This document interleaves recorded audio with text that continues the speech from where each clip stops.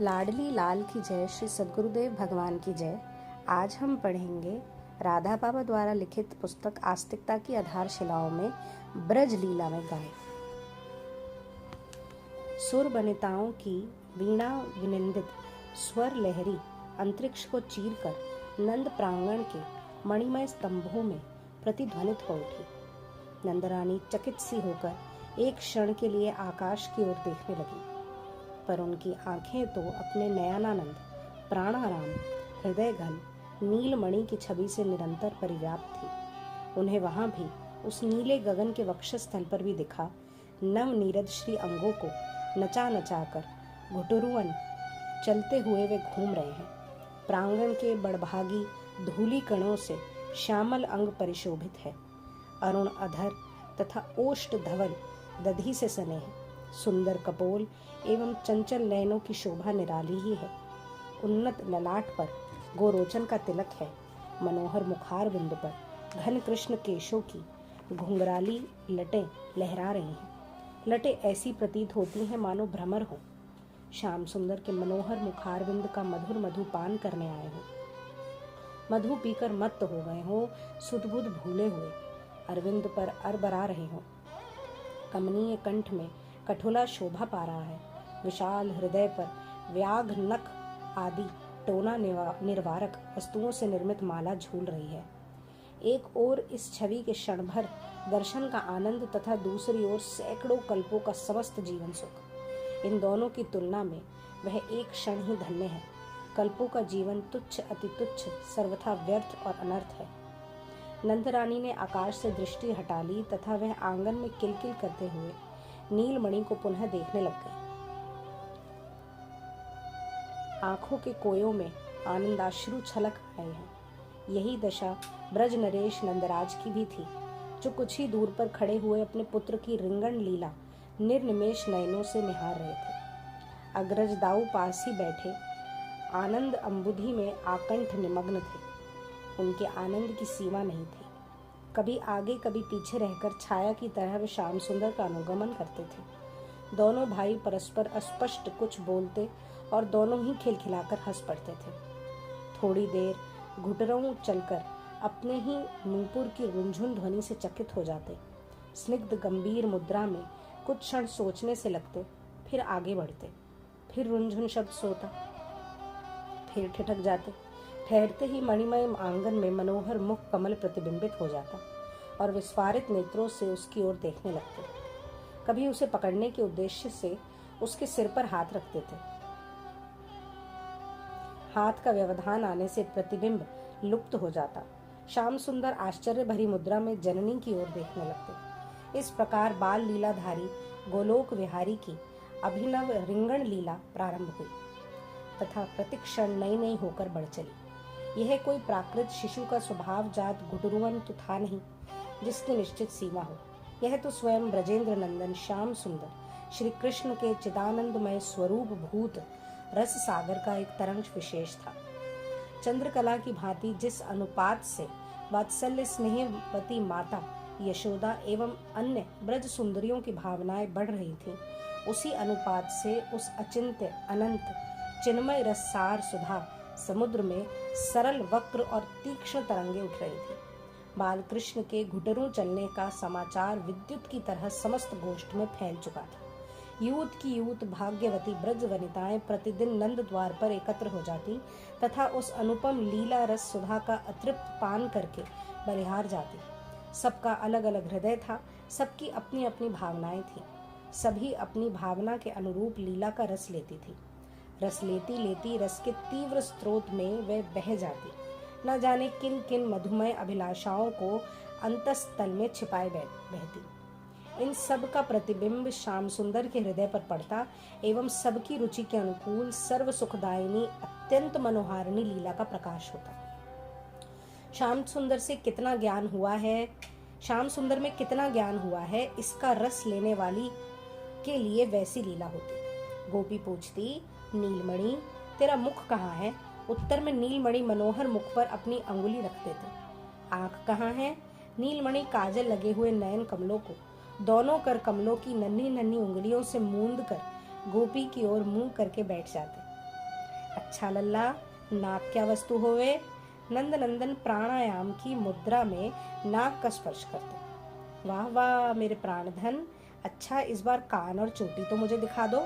श्री कृष्ण चट्ट कानों को छूकर दोनों हाथों से शिखा के स्थान को दबाकर सिर हिलाने लगते। गोपी आनंद में डूब जाती। कोई गोपी देखना चाहती कि यशोदा नंदन में खड़े होने की शक्ति आई है या नहीं। उसके लिए ब्रजेंद्र नंदन धीरे धीरे उठ खड़े होते, 4-5 पग चलकर गिर पड़ते। किसी ब्रज वनिता के मन में आता, यह सलोना सांवरा बोल सकता है या नहीं।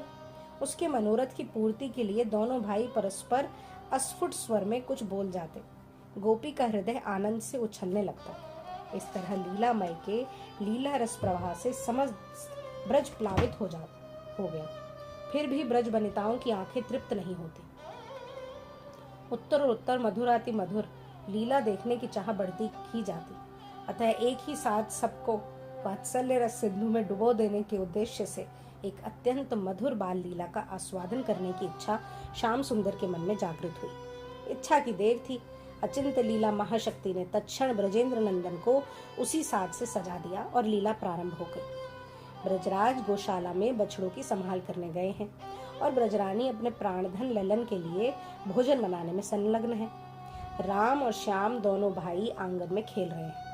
अब तक दोनों भाई मैया और बाबा की गोद में चढ़कर ही द्वार देश एवं गौशाला आदि में जाते थे। आज स्वतंत्र रूप से दोनों भाई मैया और बाबा की गोद में चढ़कर ही द्वारेश और गौशाला आदि में जाते थे। आज स्वतंत्र रूप से दोनों भाई तोरण द्वार की ओर चल पड़े। कभी खड़े होकर कुछ डग चलते, कभी घुटनों के बल। इस तरह बाहर चले आए। आम्र की शीतल छाया में कुछ गोवत्स विश्राम कर रहे थे। धीरे धीरे उनके पास जा पहुंचे। बछड़े की सुकोमल पूंछ को देखकर आश्चर्यचकित से होकर विचारने लगे कि ये क्या है। फिर दोनों भाइयों ने अपने नेत्र कमल को किंचित नचाकर मानो कुछ परामर्श सा किया और धीरे से एक ही साथ पूंछ को दोनों हाथों से मुट्ठी बांधकर पकड़ लिया। अचानक पूंछ खिंच जाने से बछड़ा उठ खड़ा हुआ तथा भागने लगा। अचिंत्य लीला महाशक्ति ने इसी क्षण श्याम सुंदर की स्वाभाविक अनंत असीम सर्वज्ञता पर बाल लीला चित्त मुग्धता की यवनिका को गिरा दिया। दोनों भाई बछड़े से खिंचे जाते हुए भयभीत हो उठे। जिसके अनंत अनंत ज्ञान भंडार के एक क्षुद्रतम कण ज्ञान से समस्त विश्व में कर्तव्य अकर्तव्य का ज्ञान का संचार होता है, वे भगवान श्री कृष्ण यह ज्ञान भूल गए कि पूंछ छोड़ देने से ही बछड़े का संबंध छूट जाएगा, बल्कि उन्होंने तो अपनी रक्षा के लिए और अधिक शक्ति लगाकर पूंछ को जकड़ लिया तथा माँ माँ बाबा बाबा पुकार कर रोने लगे। उसी क्षण समस्त ब्रज वनिताओं की हृदय वीणा पर माँ माँ बाबा बाबा की करुणा मिश्रित स्वर लहरी झलंकृत हो उठी, क्योंकि उनके हृत तंतु सर्वथा श्याममय होकर निरंतर श्याम सुंदर से ही जुड़े रहते थे। अतः जो जहाँ जिस अवस्था में थी चल पड़ी। इतनी शीघ्र कैसे आ पहुंची यह किसी ने न जाना, पर सभी आ पहुंची। सबने देखा भयभीत गोवत्स धीरे धीरे भाग रहा है तथा उसकी पूंछ पकड़े नीलमणि एवं दाऊ माँ माँ बाबा बाबा की पुकार करते हुए खींचे चले जा रहे हैं। अचिंत लीला शक्ति के महान प्रभाव से कुछ क्षण सभी किम कर्तव्य विमूढ़ से हो गए। इसी समय उपनंद पत्नी ने शीघ्रता से बछड़े के आगे जाकर उसे थाम लिया। इतने में नंदरानी एवं नंदराय भी आ पहुंचे। बेटा नीलमणि दाऊ पूंछ छोड़ दे कहते हुए दोनों ने हाथों से पकड़कर पूंछ छुड़ा दी। नंदरानी ने नीलमणि को दोनों को अपनी गोद में ले लिया। दोनों का मुख चूमने लगी। इधर ब्रज सुंदरियों में हंसी का स्रोत उमड़ पड़ा। बाल लीला विहारी की इस अद्भुत अभूतपूर्व ललित लीला को देखकर सभी हंसते हंसते लोटपोट हो गई। एक ग्वालिन बोली, नीलमणि, अरे दाऊ, तुम दोनों भला इस बछड़े से भी दुर्बल हो। अरे पूंछ पकड़कर बछड़े को रोक लेते या पूंछ पकड़े पकड़े सारे ब्रज में घुमाते। यह बछड़ा तुम्हें ब्रज में घुमा लाता, हम लोग अपने अपने घर ही पर तुम्हें देखकर निहाल हो जाती, बछड़े भी निहाल हो जाते।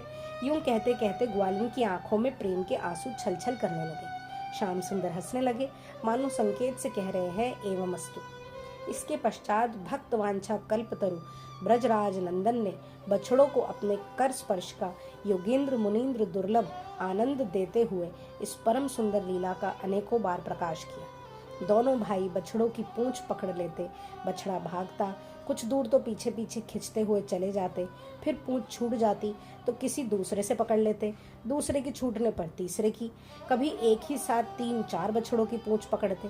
बछड़े कूदते और श्याम सुंदर हंसने लगते। कितने ही बछड़े स्वाभाविक प्यार व श्याम सुंदर की इच्छा अनुसार उन्हें खींच ले जाते। आगे आगे कर स्पर्श के आनंद से पुलकित होता हुआ बछड़ा और पीछे पीछे पूंछ में टंगे हुए ब्रज नयनानंद पुरुषोत्तम स्वयं भगवान श्री कृष्ण एवं दाऊजी। ब्रज देवियां इस परम मनोहर लीला को देखकर आनंद से हंसते हंसते आत्मविस्मृत हो जाती। उनका गृह कार्य और ग्रह सब कुछ छूट जाता। श्री राधा श्री राधा श्री राधा।